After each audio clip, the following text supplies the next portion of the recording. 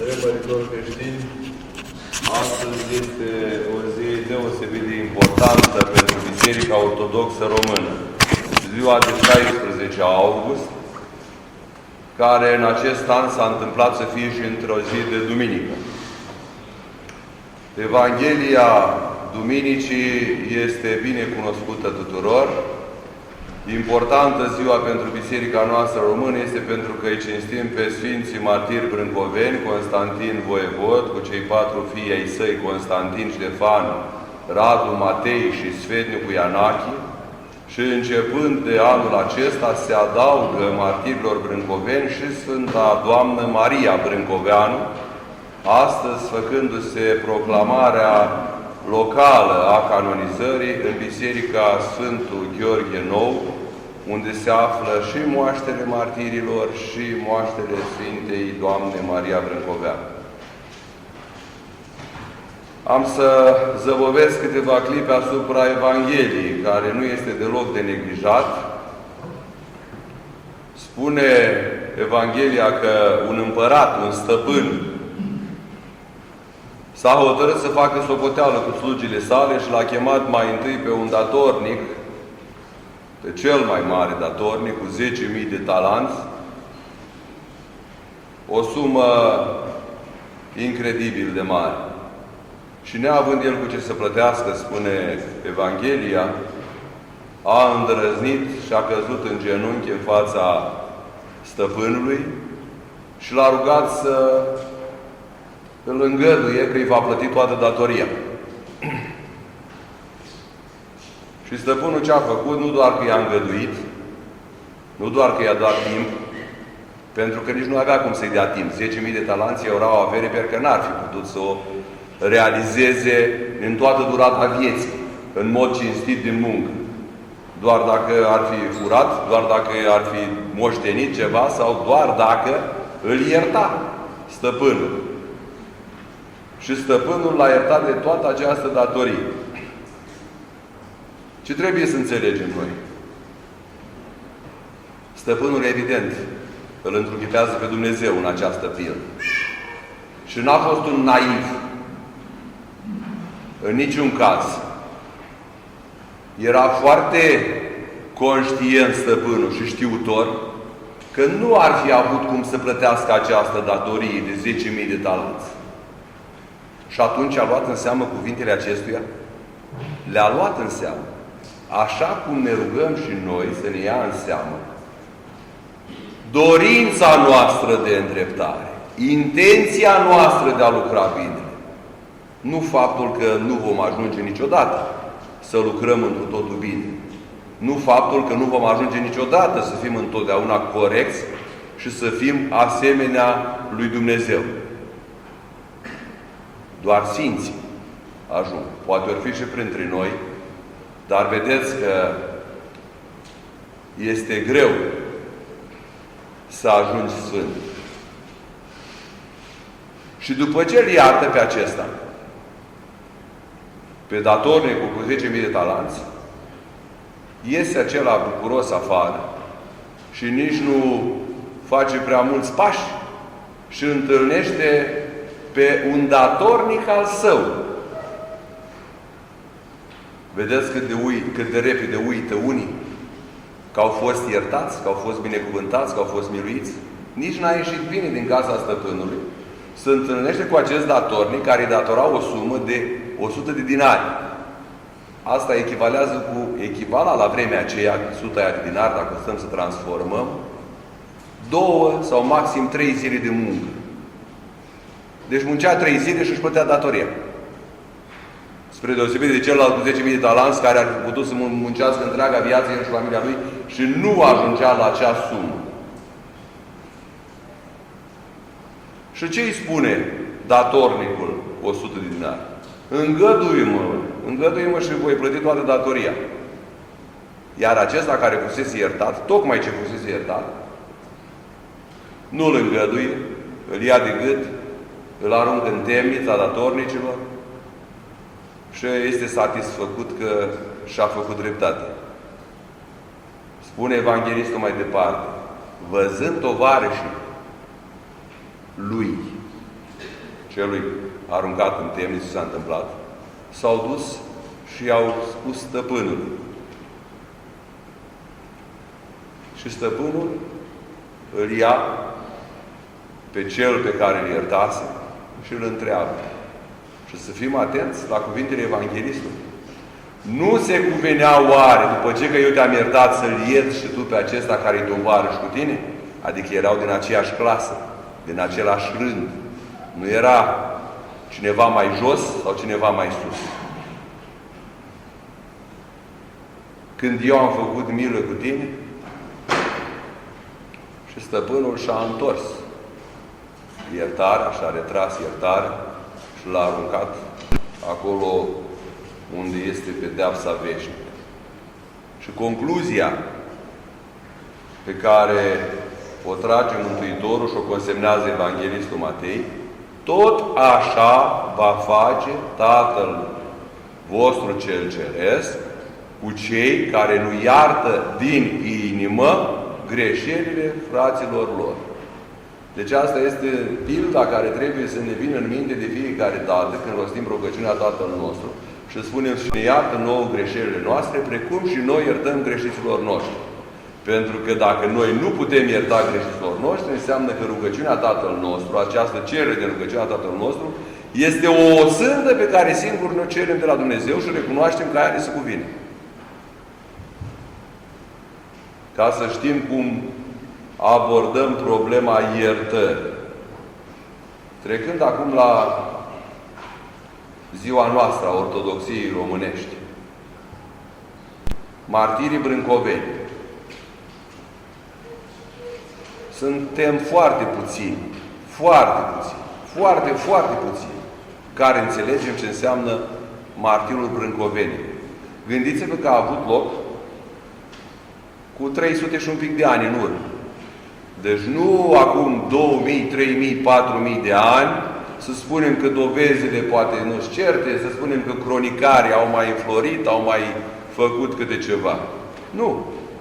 La anul 1714 erau arhive serioase, dacă nu la noi în țările române, pentru că eram mai răscoliți din toate părțile, de toți cei care nutreau la bogățiile țării și la tot ce se afla pe teritoriile românești, cel puțin în cancelarele occidentale, la punct și virgulă tot ceea ce se întâmpla. Și cum să nu aibă consemnat ceea ce se întâmpla în marea capitală a Imperiului Otoman, care încă era o forță la vremea aceea, o forță mare, la început de veac 18.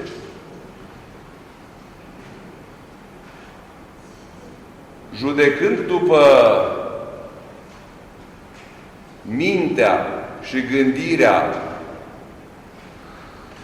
formatorilor și influencerilor și specialiștilor și experților din zilele noastre, ar trebui să tragem concluzia că nu a fost întreg la minte voievodul Constantin să-și împingă 4 copii la moarte, când putea foarte simplu să-i fi salvat. Astea sunt valorile contemporane. Astea sunt analizele contemporane. Cum ar putea un tată responsabil să-și lase 4 copii să fie tăiați, când el pur și simplu putea să treacă de la partidul X la partidul Y și era și răsplătit? Ce mare lucru! Făcea cruce cu limba în gură, așa cum facem și noi, de rușine să nu ne vadă careva undeva și să ne spună că suntem habotnici și mergem la biserică. Sau că ținem post. Sau că mai umblăm cu datini de astea învechite și demodate. Când societatea civilizată occidentală a lăsat pe Dumnezeu de mult. Poveștile astea nu le mai folosesc. Și au venit să ne conducă pe noi, să ne învețe și pe noi. Din ăștia care s-au dezis de Dumnezeu de 100, 2 sau 3 de ani.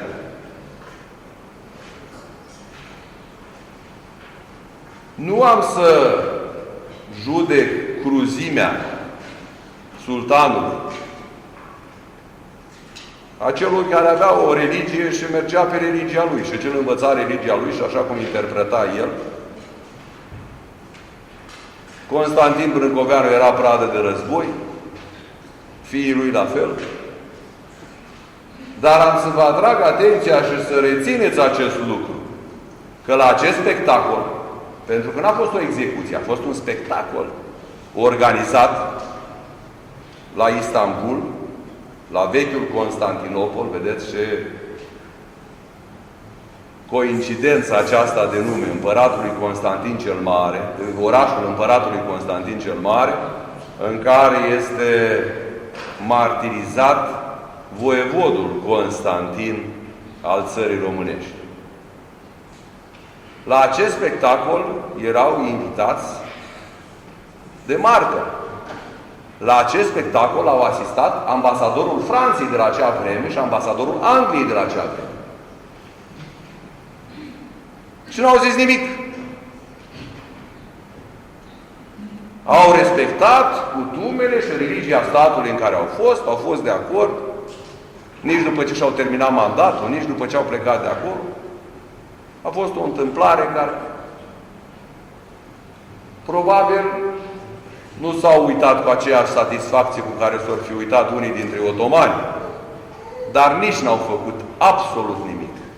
Țările acestea civilizate, țările acestea care se laudă că au o Constituție de 1000 de ani, că au democrație, că au valori, că au tot ceea ce ar trebui să ne râvnim și noi. Și mulți dintre noi cădem în această plasă și râvnim. Într-adevăr că au multe lucruri bune. Dar vedeți că de obicei, la fel ca și copiii, ne atrag mai mult prostioarele, lucrurile rele. Pe alea bune nu prea le vedem.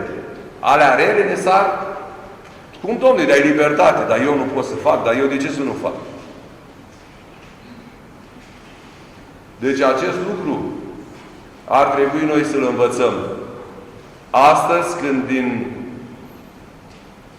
programele noastre școlare se scoate istoria, se scoate geografia României, se scoate tot ceea ce ar trebui să ne lumineze, să lumineze mințile copiilor și să știe cine sunt, de ce sunt, unde sunt și care au fost strămoșii lor. Nici desene animate, nici basme, nici costume, nimic românesc. Ia uitați-vă la alte popoare care sunt de admirat. Cum își păstrează tradițiile, cum își păstrează limba, cum își păstrează obiceiurile. Vedeți ce ușor influențabili suntem?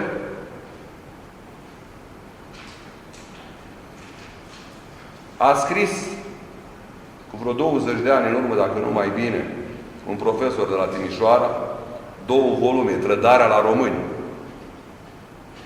Evident că, așa cum se întâmplă întotdeauna, cei puternici au blocat difuzarea acestei cărți.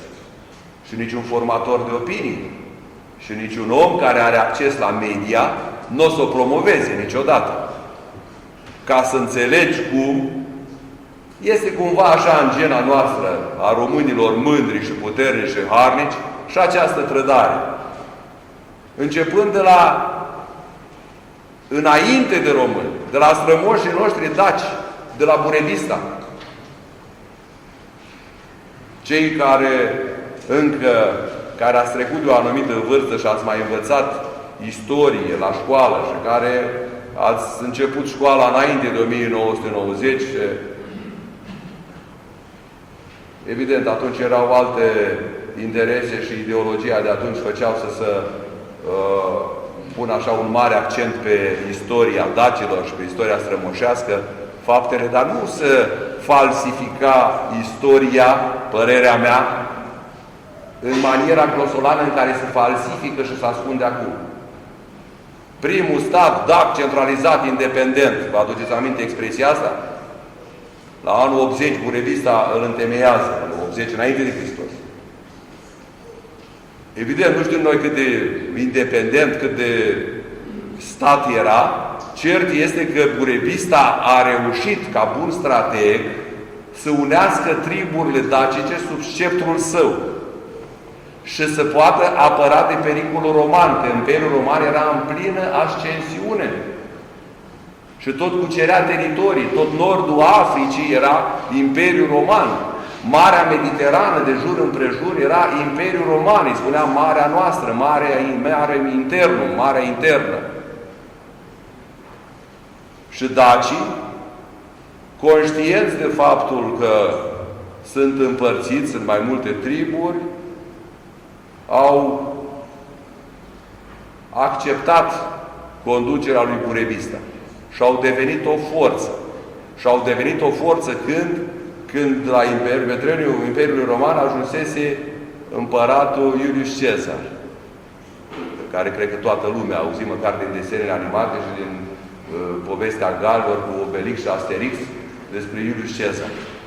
Bine, ei îl ridiculizează acolo francezii, urmașii galilor, dar a fost unul dintre cei mai mari conducători ai Imperiului Roman. Și ce s-a întâmplat cu statul nostru? Că am început cu trădarea, că am început la Burebista. În anul 44 înainte de Hristos, Iulius Cezar este asasinat la idem lui Marte, adică la jumatea lui Marte, în jur de 15 martie, în Senat. Cu expresia celebră, poate și tu, fiul meu Brutus, chiar de fiul lui. Și după ce a fost asasinat Iulius Cezar, nu era internetul ca astăzi, să circule vestea, să o vezi la știri astăzi, în seara asta sau mâine. Dar n-a făcut mult, nici din martie până în iunie, 3 luni. Și după 3 luni s-au răsculat unii dintre conducătorii unor triburi dacice, daci Burebista, să ne spună nouă ce să facem. Și l-au omorât pe Burebista. Și am putea continua, dacă o să găsiți cartea, o să vedeți mult mai multe decât știu eu și am reținut, cum au fost trădați de-a lungul veacurilor și Mihai Viteazul, care a fost primul făuritor al statului, așa, și tot trădat de ai lui, că dar nu au venit străinii, că nu știau străinii că el a schimbat cortul și nu era el la cortul lui. Și cum au fost trădați mulți alții. Și până la urmă și Constantin Brâncoveanu tot de o trădare a avut parte. Dar el era un creștin convins și un voievod convins din menirea lui. Dacă vă uitați în istorie, el n-a avut război. El a știut cum să gestioneze averea țării și le-a plătit tribut turcilor. Nu un excedent, nu mai mult, numai cât să-i mulțumească și să lase țara românească în pace. Dar vedeți cum diavolul își face treaba, cum nu i-a mulțumit pe turci, au vrut mai mult de atât. Au vrut sufletul. Ia să ne aducem aminte de dreptul Iov. Când vine diavolul și încearcă să îl păcălească pe Dumnezeu. Că diavolul câteodată, când își face treaba și e mulțumit de ce a acaparat, crede că îl poate păcăli și pe Dumnezeu. Și îi spune Dumnezeu, păi Iov e drept pentru că are tot ceea ce își poate dori un om. Are fii și fiice și averi și case și stimă și poziții socială. Ce ar putea să-și dea? Asta e drept. Dar ia lasă-mă să-mi bag eu un pic coada și ai să vezi că nu mai este atât de drept. Și istoria, o știți că am spus-o de multe ori și e foarte importantă ca să ne așeze așa un pic, să ne orienteze în viață. Important este răspunsul lui Dumnezeu. Dumnezeu îi îngăduie să intre în viața lui Iov. Dar ce îi spune? Numai de sufletul lui nu te atingi. Deci vedeți că Dumnezeu nu lasă diavolul să atingă de sufletul nostru. Trupul nostru poate fi rănit, orgoliul nostru poate fi rănit, dar sufletul nostru nu poate fi niciodată atins de diavol, fără ca noi să îngăduim diavolului, fără ca noi să ne facem frați sau surori cu diavolul, pentru a rezolva o problemă. Și am spus-o de atâtea ori că după ce i-ai dat mâna și te-ai făcut frate cu diavolul, să crezi tu că mai poți scăpa de el. Este foarte greu să mai scapi de el. Și avem atâtea exemple în Sfânta Scriptură de posedați, de demonizați, care nu mai vedeau, nu mai știau și vorbea diavolul din el. Ăla este un om care este cu totul acaparat de diavol. Cum a ajuns să fie acaparat de diavol? Dintr-o mică înțelegere nevinovată, ca să rezolvi o mică problemă și să treci peste un hop, ai făcut un mic pact cu diavolul. Dar pe urmă îți cere mai mult, îți cere mai mult, îți cere mai mult și dacă tu nu știi să-l refuzi, ajunge să te posedeze total ca pe cei din Gadara, din ținutul Gherghesenilor sau pe alții despre care ne vorbesc evangheliști. Vedeți că în momentul acela când Mântuitorul îi vindecă, nu vorbește, nu îl întreabă pe om, ci vorbește direct cu diavolul să-l scoată afară din om. Pentru că omul nu mai poate recepționa nimic, dar minte cuvântul lui Dumnezeu, care și cei care sunt întregi la minte, sau cel puțin să pretindă întregi la minte, recepționează destul de greu cuvintele lui Dumnezeu. Sau fac o selecție din cuvintele lui Dumnezeu. Le aud, dar nu le ascultă.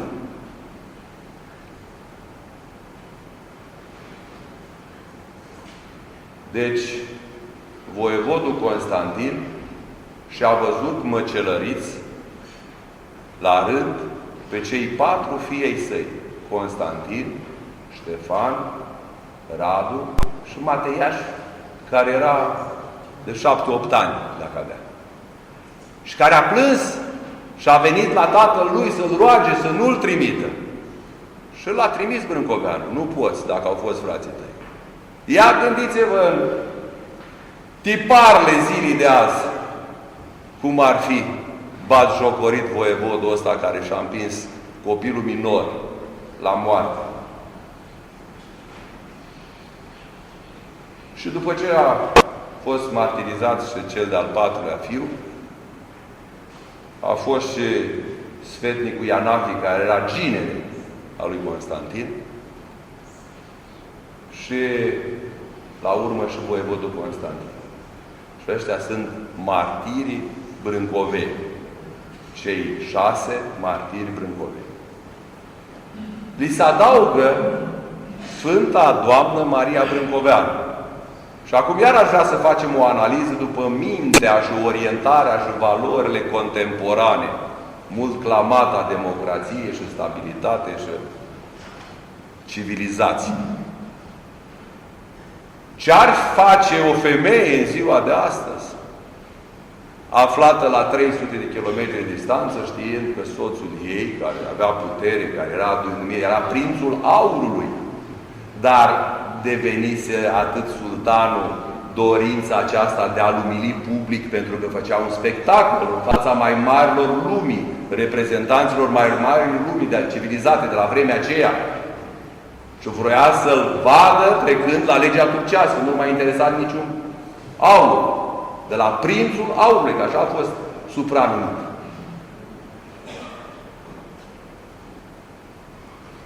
Ce ar face cele mai multe femei? Ar plânge și ar spune că e un nebun. Soțul care a lăsat să fie omorâți cei 4 copii. Ce a făcut Maria Doamnă? S-a dus să le adune rămășițele și să le îngroape. Deci a înțeles perfect Evanghelia pe care ați auzit-o, a doua citită pentru martirii brâncoveni. Cel care voiește să vină după mine, să se lepede de sine, să-și ia crucea și să-mi urmeze mie. Că ce va folosi omului de va dobândi lumea întreagă dacă sufletul lui îl pierde? Ce îi propunea sultanul voievodului Constantin? Să-și vândă sufletul. Toată credința lui. Tot ceea ce făcuse el în cei 60 de ani de viață, pentru că era martirizat în ziua în care împlinea 60 de ani. Toată dragostea lui pentru poporul român. Pentru că vă reamintesc, mai sunt unii istorici care caută să găsească găurile, nu covrigii. Și insinuează așa că ar fi strâns averi peste măsură. Nu. Trăia în luxul în care trăia oricare voievod cinstit la vremea aceea și toate resursele și tot aurul acela îl plătea tribut pentru ce? Pentru ca să nu aibă războaie și să nu moară români. Și să-și poată duce viața liniștit. Credeți că altminte ar fi stârnit atâta invidie și atâta ură? Avea grijă de poporul lui. Era prințul aurului și oricând era strâns cu ușa, el avea de unde să scoată aur, să plătească pe cotropitori ca să nu aibă război și să nu aibă de suferit românii. Nu folosea aurul ăla să-l pună el în bănci la care ar fi fost atunci prin statele acestea neutre. Ați auzit de statele neutre? Că toți dictatorii și toți mafioții în statele astea neutre își duc bani. Statele neutre nu sunt obligate, nici să declară, nici să coopereze, nici să... El îi ținea aici. El îi ținea oamenii lui de încredere, toți banii și tot aurul ascuns de nu știa nimeni. Și îl scotea când era nevoie pentru poporul lui, nu pentru poftele lui. Deci doamna Maria Brâncoveanu îi adună cum a reușit, cum a făcut, tot cu plătit, tot cu bacșiș, ca să găsească resturile din temniță, să le aducă și aici le-a îngropat pentru că multă vreme nu s-a știut că au fost îngropate în ctitoria lui Sfântul Gheorghe Nou. Pentru mulți le-au căutat la Hurez, că și după ce moarte, mai ales după ce a trecut din viața asta, un sfânt îl incită pe potrivnic și ar dori să-i batjocorească moaștele. El își pregătise din timpul vieții necropolă să fie înmormântat la Mănăstirea Hurez, în Vâlcea. Dar Maria, doamna Maria, a fost atât de inteligentă încât n-a dus resturile acolo. A știut ce o să se întâmple, ce va urma. Și atunci le-a ascuns sub lespede, sub o lespede, în Biserica Sfântul Gheorghe Nou, nepunând nicio inscripție, ci doar o candă. Și care tot prin voia lui Dumnezeu s-a descoperit după 1990. Că înainte de 1990 nu se știa că acolo sunt vasele martirilor, rămășițele martirilor brâncoveni. Când s-a făcut restaurare, când s-a făcut, atunci s-au lămurit lucrurile. S-au pus cap la cap frânturile care existau în istorie și s-a tras concluzia că oasele martirilor brâncoveni. Dacă nu mă înșel, s-a făcut și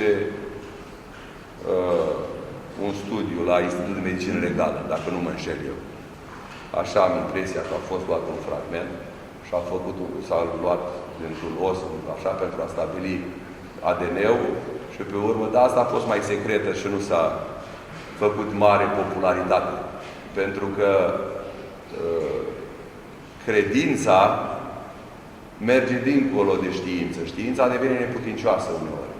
Chiar dacă ai toate datele istorice, știința nu te poate lămuri până la a-L înțelege pe Dumnezeu. Și atunci îți trebuie credința.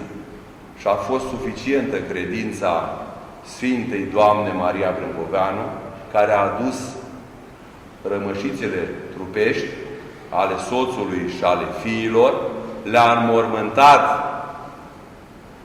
fără să știe, probabil doar slujitorii apropiați ai ei, și le-a lăsat ca să rânduiască bunul Dumnezeu când vor fi descoperite. Și vor fi scoase la iveală pentru ca românii să-și aducă aminte și să-L înțeleagă, că de adus aminte așa doar prin stații de metrou și bulevard e insuficient. să înțeleagă ce înseamnă martirul brâncovenilor.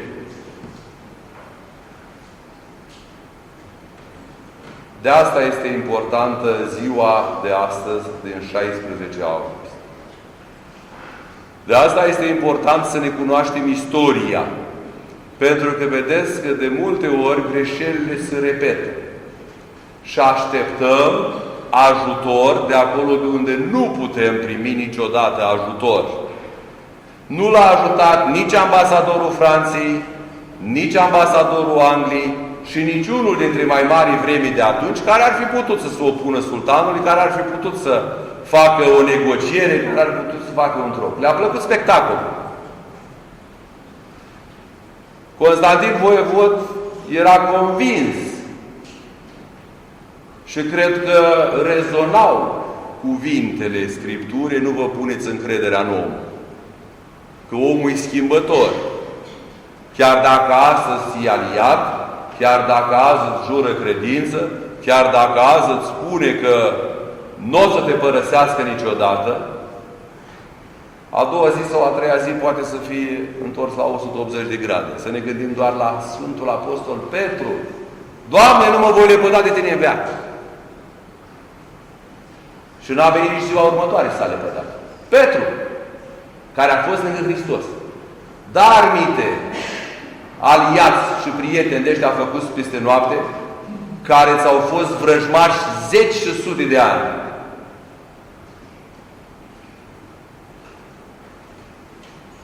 Ca să aterizez așa, să nu întind cuvântul meu prea mult și să vă atrag atenția asupra unui lucru. Constantin Brâncoveanu n-a fost, și fiii săi n-au fost martirizați de otomani. N-au fost martirizați de turci. Au fost martirizați de sultani și de puterea care conducea la acea vreme Imperiul Otoman.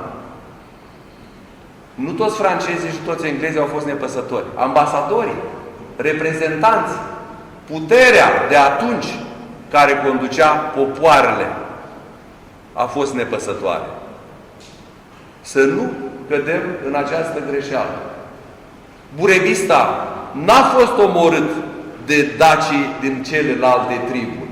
A fost omorât de niște conducători ai celorlalte triburi care i-au mințit, care și-au mințit triburile, care și-au mințit oamenii și au spus că nu ne dorește binele Burebista.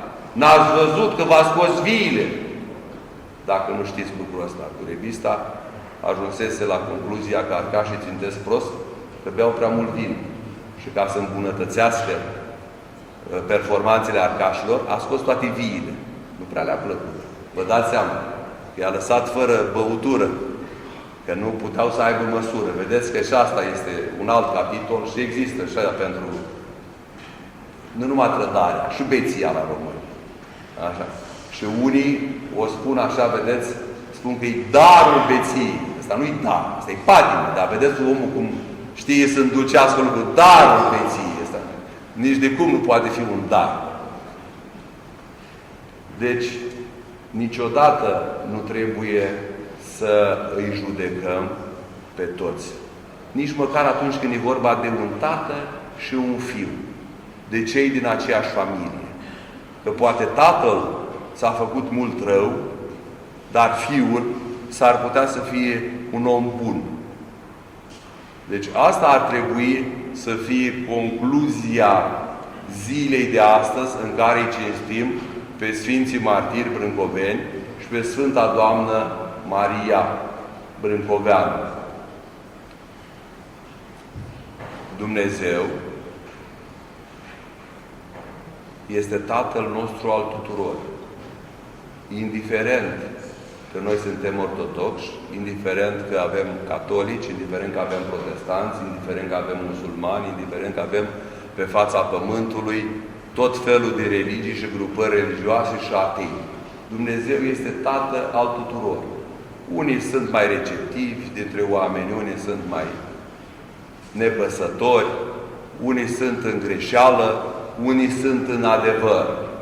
Dacă consideri că ești în adevăr, atunci rămâi în adevăr și lucrează în așa fel încât toți să descopere adevărul prin mărturia ta, atât cât poți tu, la nivelul tău și în cercul tău.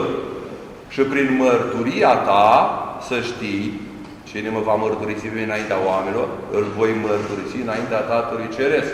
Și Sfântul Apostol Pavel ne încredințează că Dumnezeu voiește ca toți oamenii să se mântuiască și la cunoștința adevărului să vină. Amin.